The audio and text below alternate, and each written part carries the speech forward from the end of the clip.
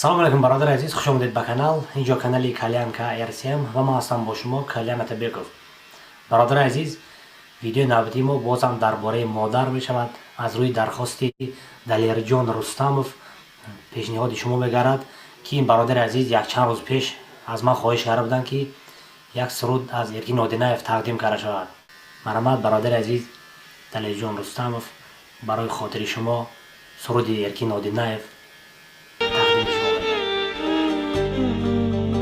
مادری بیچاره را در خواب دیدم، گریه کردم. یاوری گهواره را ناتاب دیدم، گریه کردم، گریه کردم.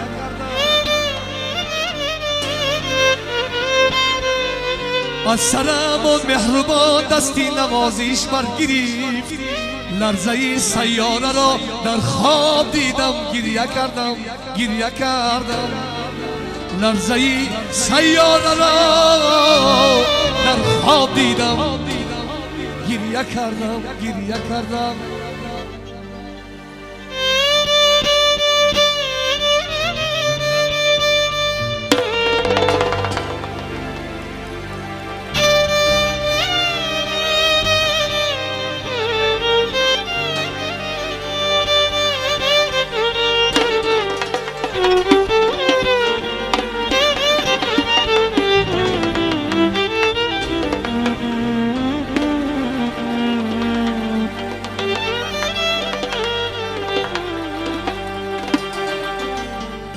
داشت در بر او لباسی سب سفید مانند حور، هم نشین با کوکب و محتاب دیدم، گریه کردم، گریه کردم.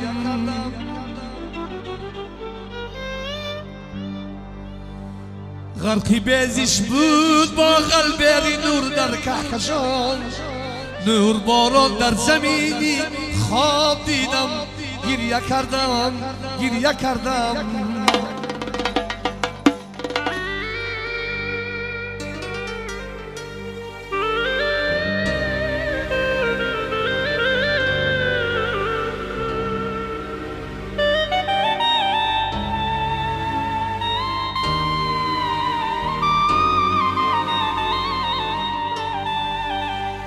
پار ابر از قضا آمد چو باران بر سرم، در بری رویم دو جوی از آب دیدم، گریه کردم، گریه کردم.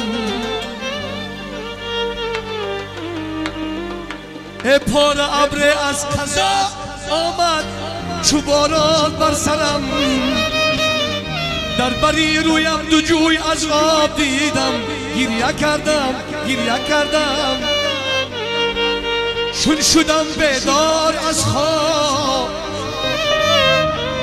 چون شدم بیدار از خوابم به امدادی از آن، خیش را در ساحلی سرخاب دیدم، گریه کردم، آه گریه کردم. خیش را در ساحلی سرخاب دیدم، گریه کردم، گریه کردم، گریه کردم.